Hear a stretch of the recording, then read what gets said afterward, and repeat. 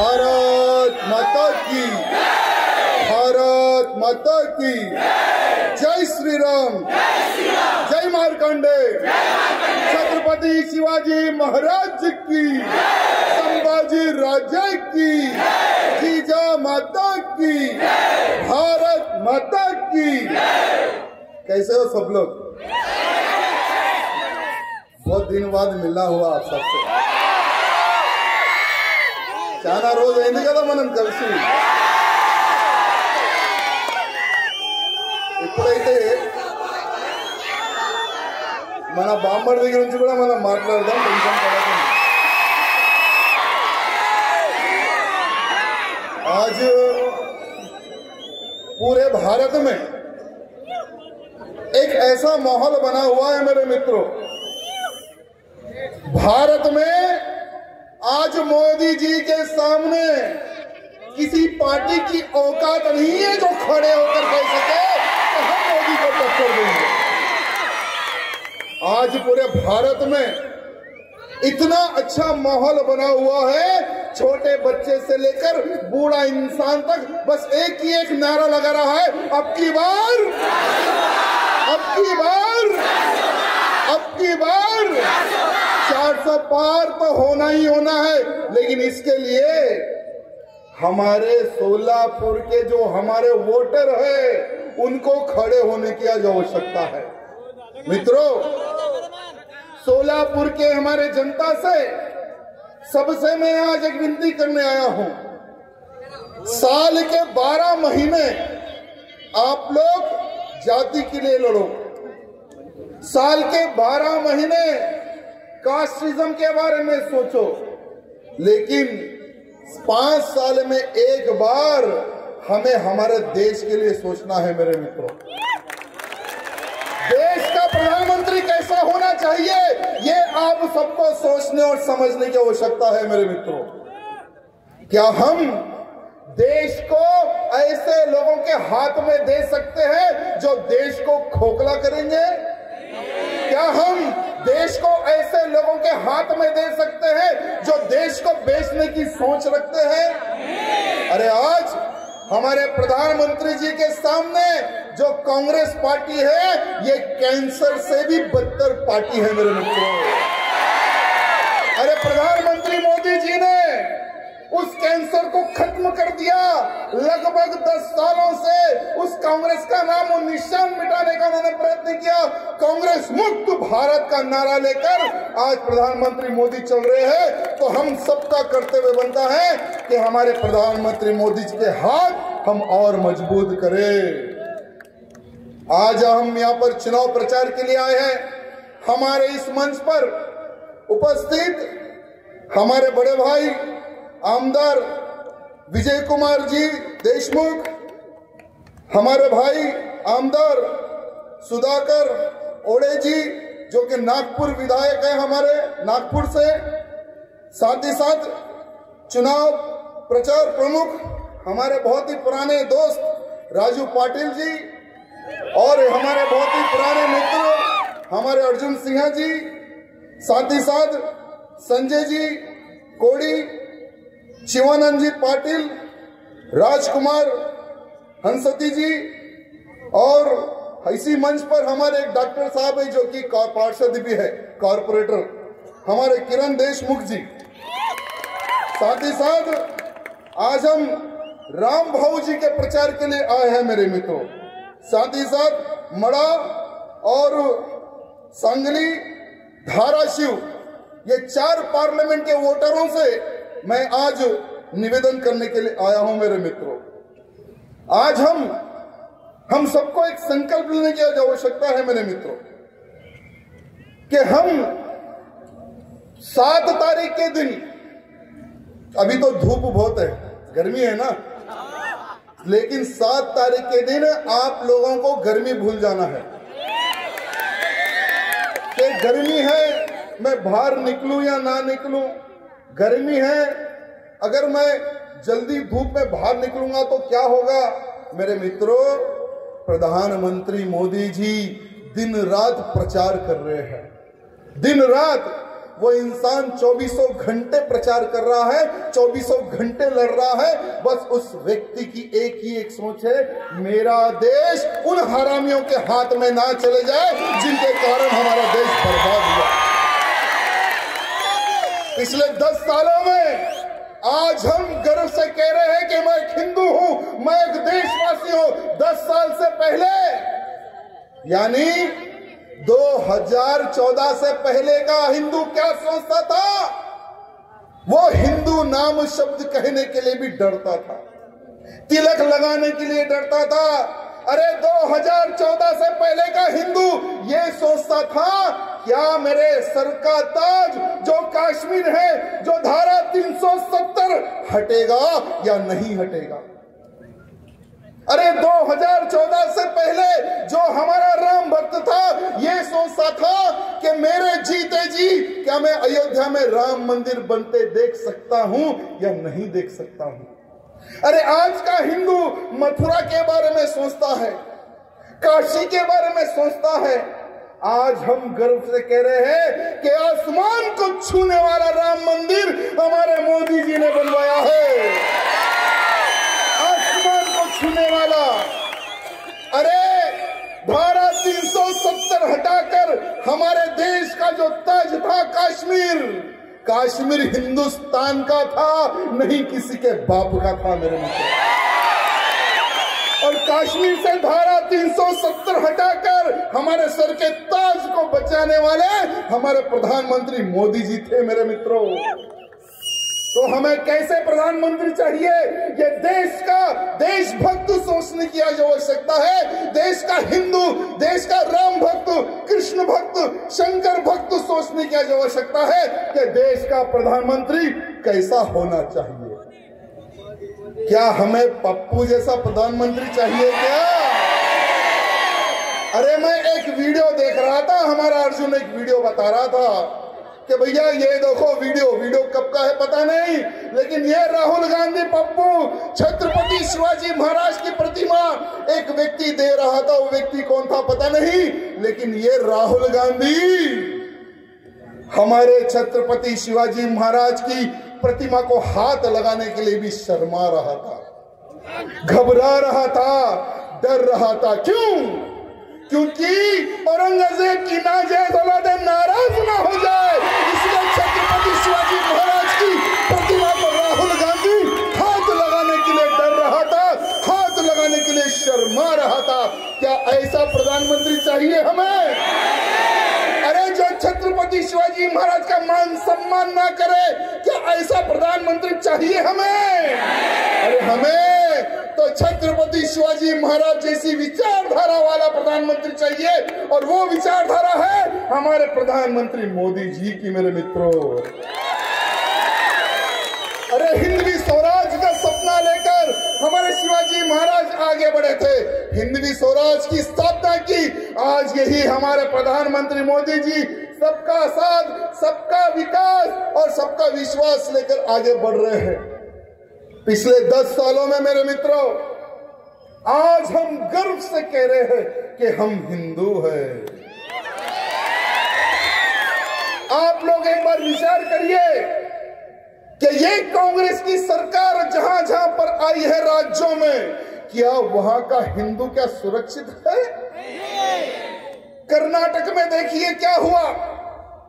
कर्नाटक में लव जिहाद के नाम पर हमारी एक बहन को कितने चाकुओं से मार के खत्म कर दिया। अरे उस लड़की का बाप तो तुम्हारे ही पार्टी का था। अरे शर्म करो रे कांग्रेसियों। अरे हमारी बेटी का कत्ल हुआ, एक भी कांग्रेसी उसके बाप और उसके परिवार से मिलने के लिए भी डर रहा था। क्यों? क्योंकि जिसने हत्या की थी वो एक मुसलमान था, और मुसलमान का वोट हमारे से सरक ना जाए, इसलिए उस लड़की के परिवार से कोई भी कांग्रेसी मिलने के लिए नहीं गया मेरे मित्रों, कोई कांग्रेसी मिलने नहीं गया। लेकिन भारतीय जनता पार्टी के हमारे राष्ट्रीय अध्यक्ष श्रीमान जेपी नड्डा जी उनके घर जाते हैं और उनको कहते हैं कि हम हैं तुम्हारे साथ। जब तक तक उस हरामी को फांसी की सजा नहीं मिल जाती, हमें तुम्हें अपना बड़ा समझिए, आप हमारे आपके परिवार का ही हिस्सा समझिए। पूरी भारतीय जनता पार्टी आपके साथ है। इतनी ताकत देकर आए हैं हमारे नड्डा जी। मित्रों, जिसके घर में किसी की मृत्यु हो जाती है ना, तो दर्द क्या होता है उसी को पता है मेरे मित्रों। अरे उस परिवार को पूछो जिसकी बेटी को कॉलेज के अंदर सरेआम चाकुओं से भोग भोग कर उस हरामी ने मर्डर कर दिया। अरे यही नहीं, यही कर्नाटक में एक दुकान के अंदर एक हमारा हिंदू भाई हनुमान चालीसा का एक गाना लगाकर हनुमान चालीसा पढ़ रहा था, तो आजू बाजू के कुछ लोग जाते हैं दुकान पर और उसको दुकान से बाहर निकाल कर मारते हैं। और एफआईआर करने के लिए भी कांग्रेस सरकार डर रही थी कि कहां ये मुसलमान वोट हमारे से सरक जाए। अरे यही कर्नाटक में ये लोग नारा लगाए थे चुनाव के समय पर, हमारी कांग्रेस को जिता दो, हम बजरंग दल को बैन कर देंगे। हमारी कांग्रेस को जिता दो, जो बीजेपी ने गौ हत्या के ऊपर जो कानून लाया है उस कानून को हटाकर हम खुलेआम गायों को कटवाएंगे और तुम्हें मांस खिलवाएंगे। ये वही कांग्रेस है मेरे मित्रों। अरे कांग्रेस कर्नाटक में आई, हमारे तेलंगाना में भी कांग्रेस आई। तेलंगाना में कांग्रेस आते ही होली के दिन जहां पर लोग गीत गाना बजाकर होली दहन कर रहे थे, वहां पर बाजू की एक मस्जिद से लोग आते हैं, होली के ऊपर हमला करते हैं, होली जलाने वालों के ऊपर हमला करते हैं, यहां तक कि महिलाओं के ऊपर भी उन्होंने हमला किया। किसके ऊपर एफआईआर होना है, केस किसके ऊपर दर्ज होना है, गुनाह किसके ऊपर होना है? जो मारते हैं या मार खाते हैं मेरे मित्र, तो किसके ऊपर गुनाह होना है बताइए। लेकिन यही कांग्रेसियों ने जो मार खाई महिलाएं, जो मार खाए पुरुष, जो मार खाए बच्चों के ऊपर उन्होंने गुनाह दाखिल किया। ये है कांग्रेस। अरे आज केरला में देखिए, कोई भी वहां का हिंदू आज सुरक्षित नहीं है। केरला भी आज एक आतंकवादी फैक्ट्री बन चुकी है। अरे कर्नाटक में पीएफआई जैसे आतंकियों को सपोर्ट करती है ये कांग्रेस। ये पीएफआई को ही केरला में भी सपोर्ट करते हैं ये लोग। ये लोग एक बड़ा एक ग्रुप बनाए, इंडी ग्रुप है पता नहीं, या रंडी ग्रुप है पता नहीं, ये ग्रुप बनाते हैं और ये नारा लगाते हैं कि अब की बार हम मोदी को हराएंगे। तुम क्या, तुम्हारा बाप भी मोदी को नहीं हरा सकता। अरे बंगाल में देखिए क्या हो रहा है, 1 करोड़ से ज्यादा बांग्लादेशी और रोहिंग्या इनके बाप की जागीरें समझकर बंगाल एक राज्य में आकर छुपे हुए हैं। अरे मंत्री बन गया, मिनिस्टर बन गया, विधायक बन गया, रोहिंग्या और बांग्लादेशी आज बंगला में हिंदुओं पर हमला कर रहा है। जहां पर हमारे हिंदू क्षेत्र है, मंदिर है, घर है, वहां पर एक जाता है, एक विधायक है कोई, वो जाकर हमारी बहन बेटी को उठाकर ले जाता है, उसका बलात्कार करता है।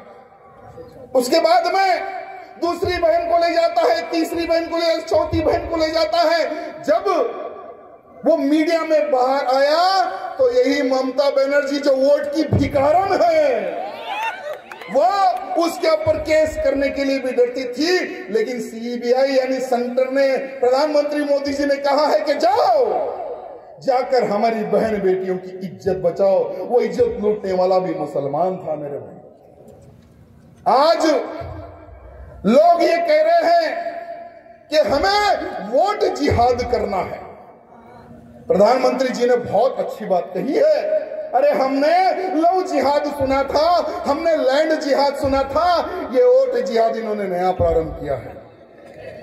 सलमान खुर्शीद है कोई कांग्रेसी पुराना डाकू, उसी की भतीजी है, वो कहती है कि होट जिहाद करो, यानी जिहाद का मतलब होता है युद्ध।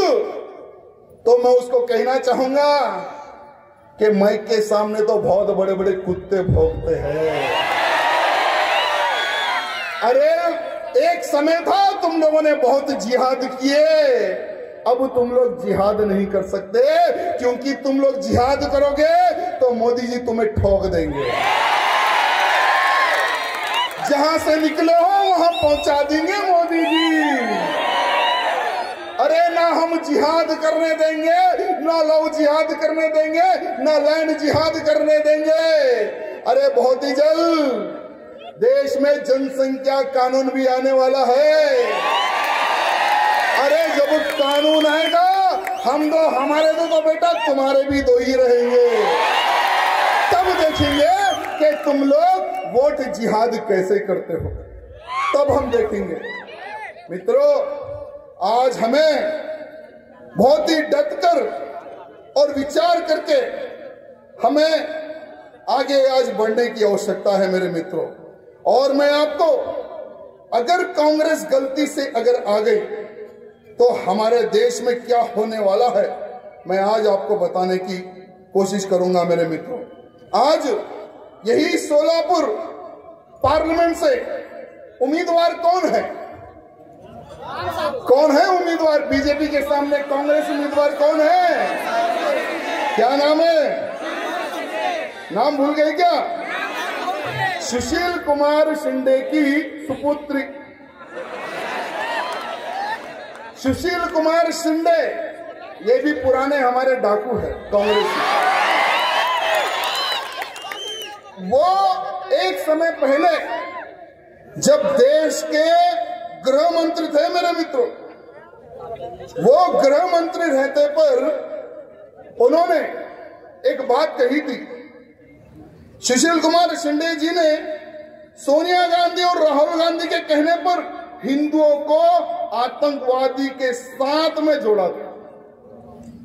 यही सुशील कुमार शिंदे कांग्रेस की सरकार के समय में भगवा को आतंकवाद से जोड़ा था। हिंदू आतंकवाद का नया एक नारा लगवाया था हमारे सुशील कुमार शिंदे जी ने।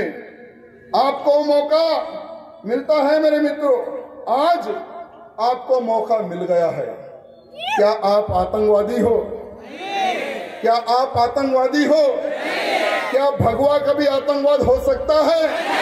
अरे क्या मैं आतंकवादी हूँ? हमारे साधु संत आतंकवादी है क्या? तो यही सुशील कुमार शिंदे जी की जो हमारी सुपुत्री, हमारी बहन है, क्या उनको वोट डालकर आप पार्लियामेंट भिजाओगे?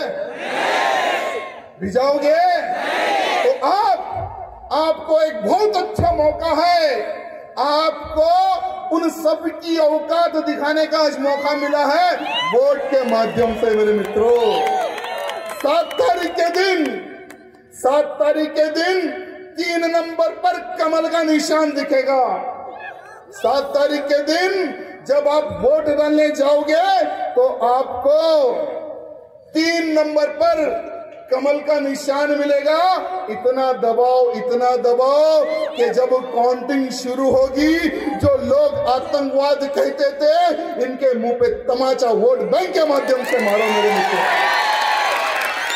आज प्रधानमंत्री मोदी जी देश के विकास के लिए, अरे जब कोरोना काल आया था तो देखो कितने देशों में कितने लोग मरे, लेकिन हमारे प्रधानमंत्री मोदी जी ने सोचा कि मेरी भारत की जनता को बचाना है। ना हिंदू देखा, ना मुसलमान देखा, ना सिख देखा, ना ईसाई देखा। उन्होंने कोरोना काल के समय पर 80 करोड़ लोगों को मुफ्त में चावल बांटा मेरे मित्रों, मुफ्त में चावल बांटा। और अगले 5 साल तक उन्होंने चावल बांटने का भी एक नारा दिया मेरे मित्रों। यही हमारे प्रधानमंत्री मोदी जी उज्ज्वला योजना के तहत 10 करोड़ से अधिक महिलाओं को मुफ्त में गैस कनेक्शन दिया है। मुफ्त में जो लोग गांव गंडियों में लकड़ी जलाकर खाना बनाते थे, वो धुएं से कई लोगों के फेफड़े खराब हो जाते थे मेरे मित्रों।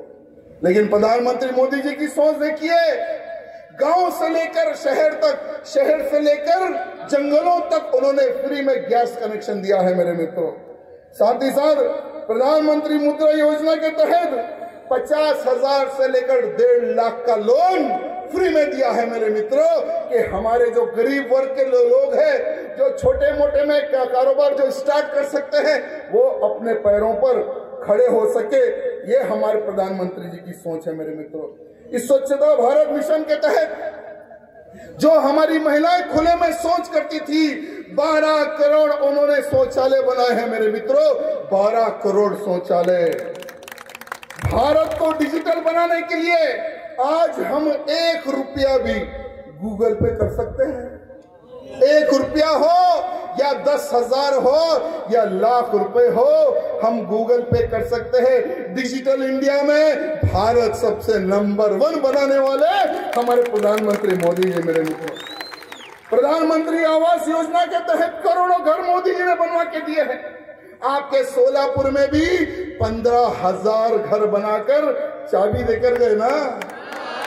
अरे जो विधायक, पूर्व विधायक थे जो कांग्रेस का हमेशा विरोध करते थे, घर बोले जाओ खबर बोले आओ, अब ऐसे विधायक भी कांग्रेस जिंदाबाद के नारे लगा रहे हैं। पता नहीं किस रात में कितने बैग उनके घर चले गए। प्रधानमंत्री जल जीवन योजना के तहत घर घर नल पहुंचाने का काम, साफ पानी पीने का काम हमारे मोदी जी ने किया है मेरे मित्रों। घर घर नल पहुंचाने का काम हमारे प्रधानमंत्री मोदी जी ने किया है। प्रधानमंत्री किसान सम्मान निधि के तहत 15 करोड़। अरे किसान है तो दुनिया है, किसान है तो तुम हो, किसान है तो हम हैं। ऐसे किसानों को 15 करोड़ किसानों के अकाउंट में 6,000 रुपए डायरेक्ट पहुंचाने वाले हमारे प्रधानमंत्री मोदी जी हैं मेरे मित्रों। प्रधानमंत्री आयुष योजना के तहत, आयुष्मान योजना के तहत 50 करोड़ से अधिक लोगों को 5 लाख रुपए का बीमा मिल रहा है मेरे मित्रों। 5 लाख रुपए लगाकर वो लोग अच्छे से अच्छा इलाज करवा सकते हैं। अटल पेंशन योजना के तहत 50 साल की उम्र से अधिक लोगों को 1,000 से लेकर 5,000 तक की पेंशन देने का काम हमारी मोदी सरकार कर रही है मेरे मित्रों। मेरे मित्रों, बहुत ही जल्द भारत में यानी तीसरी बार जब प्रधानमंत्री मोदी जी बनेंगे तो देश में भूचाल आने वाला है मेरे मित्रों। मैं आज भी चैलेंज करता हूं कि अगर भारत देश के प्रधानमंत्री तीसरी बार मोदी जी नहीं बनेंगे तो मैं राजनीति छोड़ दूंगा मेरे मित्रों। मैं राजनीति छोड़ दूंगा। नहीं तो जो लोग कह रहे हैं कि हम मोदी को जीतने नहीं देंगे, तीसरी बार बीजेपी की सरकार नहीं बनेगी, मैं उनको चैलेंज करता हूं, अगर एक बाप की औलाद हो तो तुम लोग राजनीति छोड़ दो, तुम लोग राजनीति छोड़ दो। अरे कॉमन सिविल कोड प्रधानमंत्री जी लेकर आने वाले हैं। एक देश में एक ही कानून, ना तलाक ना बिलाक, देश में एक ही कानून चलेगा। अरे एनआरसी लाकर जो चूहे जो दूसरे विदेशों से पाकिस्तान, बांग्लादेश, रोहिंग्या, बिहार जितने लोग आकर जो भारत में इधर उधर जो छुपे हुए हैं ना, उनको सीधा बोलेंगे गेट आउट। अगर जो गेट आउट नहीं हुआ तो उनको शूट आउट करेंगे। योगी जी वाला स्टाइल, अरे हमें तो योगी जी वाला स्टाइल बहुत पसंद है मेरे मित्रों। आपको पता है उत्तर प्रदेश में एक समय पहले वो अखिलेश पप्पू वहां का मुख्यमंत्री था। वो अखिलेश की सरकार में वहां पर हिंदू डर के जीता था। कोई भी माता बहन डर डर के बाहर निकलती थी कि कहां कोई गुंडा हमें उठाना ले जाए, कब हमारा बलात्कार ना हो जाए, ये हमारी बहन बेटी उत्तर प्रदेश में डरती थी। लेकिन योगी आदित्यनाथ जी जो मेरे गुरु है, जो मेरे बॉस है, वो मुख्यमंत्री बनने के बाद में जितने हरामी थे उनको 72 हुरों के पास भेजने का काम हमारे योगी जी ने किया है। आज कोई भी गुंडागिरी नहीं करता। जितने गुंडे थे जेल में जाकर बैठ गए और गुंडे कह रहे कि भैया हमें जेल से बाहर नहीं जाना है, अगर हम जेल से जाएंगे तो वो बाबा बहुत खतरनाक है, हमारे पिछवाड़े गोली मारेगा। इसलिए आज कोई भी गुंडा बाहर आने को तैयार नहीं है। कुछ ही दिन पहले एक मुख्तार अंसारी चले गया ऊपर, डर के मारे हार्ट अटैक आ गया उसको। अरे वो मुख्तार अंसारी को शहीद का दर्जा दे रहे हैं, जो शहीद का दर्जा दे रहे हैं उसमें हमारा बड़ा साला असदुद्दीन ओवैसी भी है। वो भी जाकर कहता है कि मुख्तार अंसारी शहीद हो गया। अरे बेटा, मुख्तार अंसारी चले गया, अब तेरी बारी है, बेफिक्र रहो।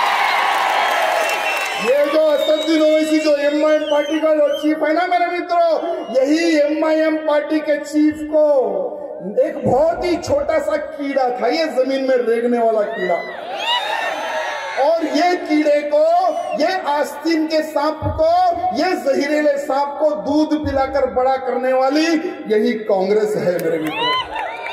वाईएस राजशेखर रेड्डी जी एक मुख्यमंत्री थे, बेचारों का हेलीकॉप्टर गिर के वो मर गए हमारे मुख्यमंत्री जी। वो टाइम पे उन्होंने वो सांप को दूध पिला पिला पिला पिला कर बड़ा किया, और जैसा ही बेचारे वो खत्म हो गए, उनके बाद में किरण कुमार रेड्डी जी एक मुख्यमंत्री बने कांग्रेस के।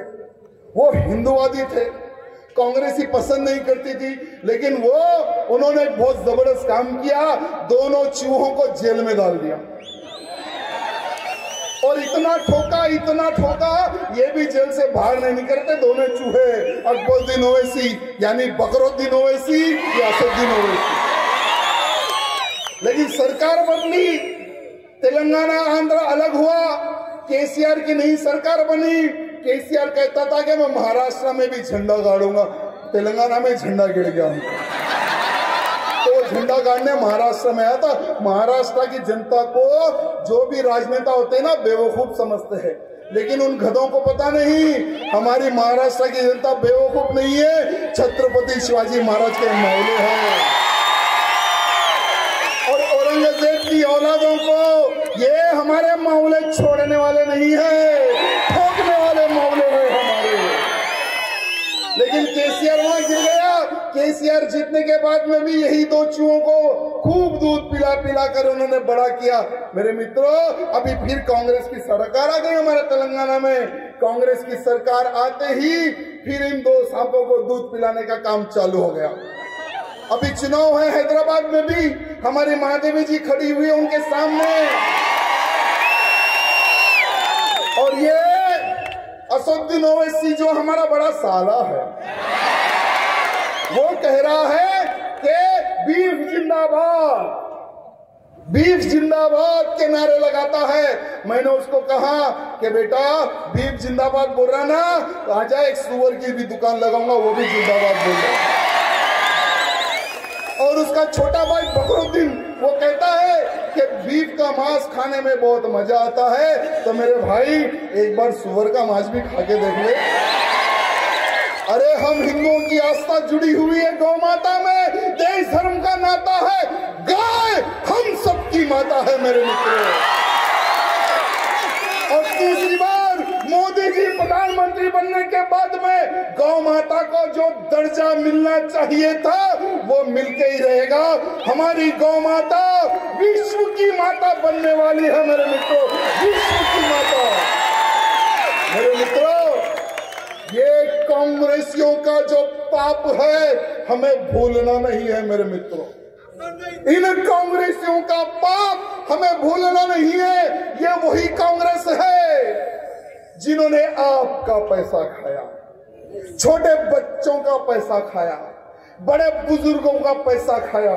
यही कांग्रेस 10 साल पहले जब कोई भी बड़ा आदमी टीवी देखता था, आज से 10 साल पहले जब बीजेपी की सरकार नहीं बनी थी, तो हर बार स्कॉलिंग आती थी, टीवी में मैटर आता था कि आज एक घोटाले का उजागर हो गया। जैसे सबसे बड़ा घोटाला इन्होंने 2G घोटाला किया, 2 लाख करोड़ का घोटाला। आपके पैसे मेरे मित्रों, मेरे पैसे, हम सबके पैसे 2G घोटाले के तहत 2 लाख करोड़ इन कांग्रेसियों ने खा गया मेरे मित्रों। साथ ही साथ कोयला घोटाला इन्होंने किया, डिफेंस घोटाला, हमारी आर्मी को तक इन्होंने नहीं छोड़ा मेरे मित्रों, हमारी आर्मी को तक नहीं छोड़ा। अरे जो आर्मी के जवान देश की रक्षा करते करते देश की रक्षा करते करते जो जवान शहीद हो जाता था, उनका राशन पानी तक ये हरामी खा गए। उन्होंने वो भी घोटाला किया मेरे मित्रों। साथ ही साथ कॉमन वेलफेयर घोटाला मेरे मित्रों, कॉमनवेल्थ घोटाला जो कि 70,000 करोड़ का घोटाला है, हेलीकॉप्टर घोटाला, पनडुब्बी घोटाला, अरे इन्होंने तो गाय के गोबर में भी घोटाला कर दिया। नेशनल हेराल्ड घोटाला 2000 करोड़ का घोटाला मेरे मित्रों, और यही घोटाले में सोनिया गांधी और राहुल गांधी इन्वॉल्व थे। ये अभी भी बेल पे घूम रहे मेरे मित्रों। देश का खाने वाले पैसा क्या प्रधानमंत्री बनने लायक है? और बेफिक्र रहो सोनिया गांधी जी और हमारे पप्पू जी, जब तीसरी बार मोदी जी बनेंगे ना, ये जो तुमने घोटाले किए हैं इसका हिसाब तुम्हें जेल में बैठकर देना पड़ेगा। अरे कांग्रेस के समय धरती से लेकर आसमान तक घोटालों की इतनी लंबी लाइन है मेरे मित्रों। अगर घोटालों के बारे में अगर मैं यहाँ बोलने बैठूं तो समय भी कम पड़ेगा मेरे मित्रों। देश को इन्होंने खोखला किया है, देश को इन्होंने बर्बाद किया है, और ऐसी कांग्रेस को भूतो ना भविष्य हम भारत में कभी राज करने नहीं देंगे।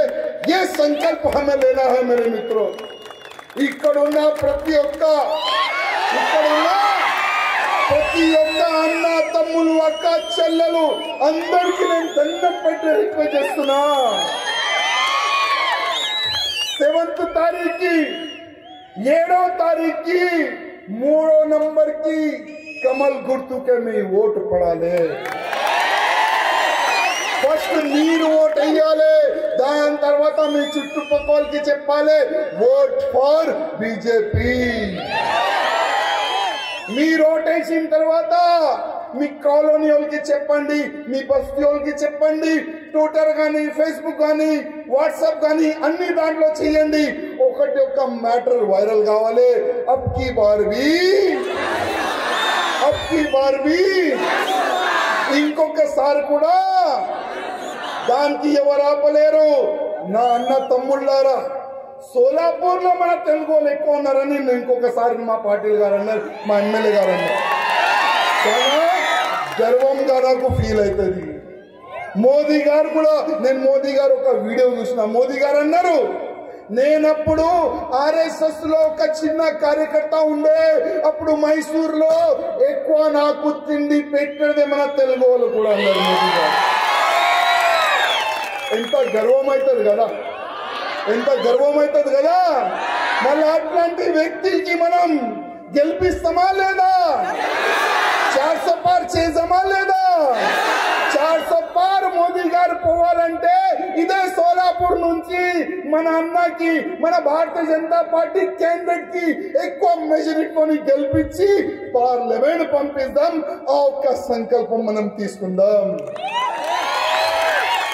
మా అక్క ఏదో బ్యానర్ తీసుకొని నిలబడింది, ఇక్కడ నుంచి కనబడతలే, ఆ బ్యానర్ ఏముంది తెలియదు, కానీ మీరు దగ్గర వస్తే బాగుంటది। आप नजदीक आए तो बैनर क्या मुझे दिखेगा।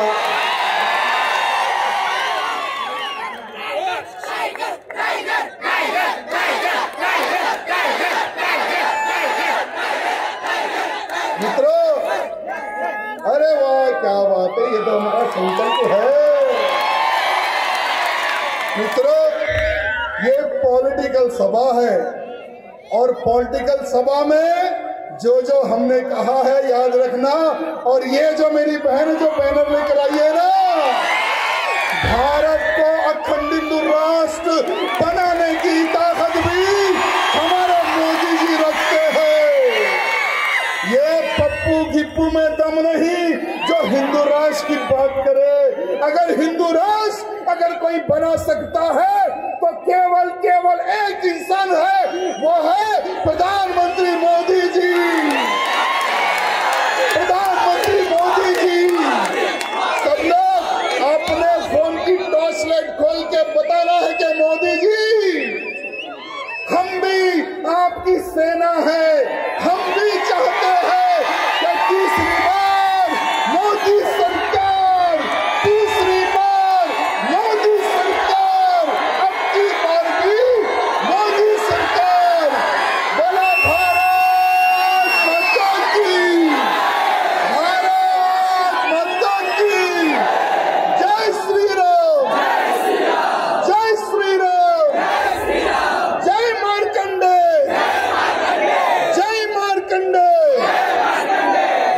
धन्यवाद मित्रों, बहुत बहुत धन्यवाद। यानंतर डॉक्टर तेड देशमुख यांना विनंती करतो की त्यांनी आपले या ठिकाणी आभार व्यक्त करावे।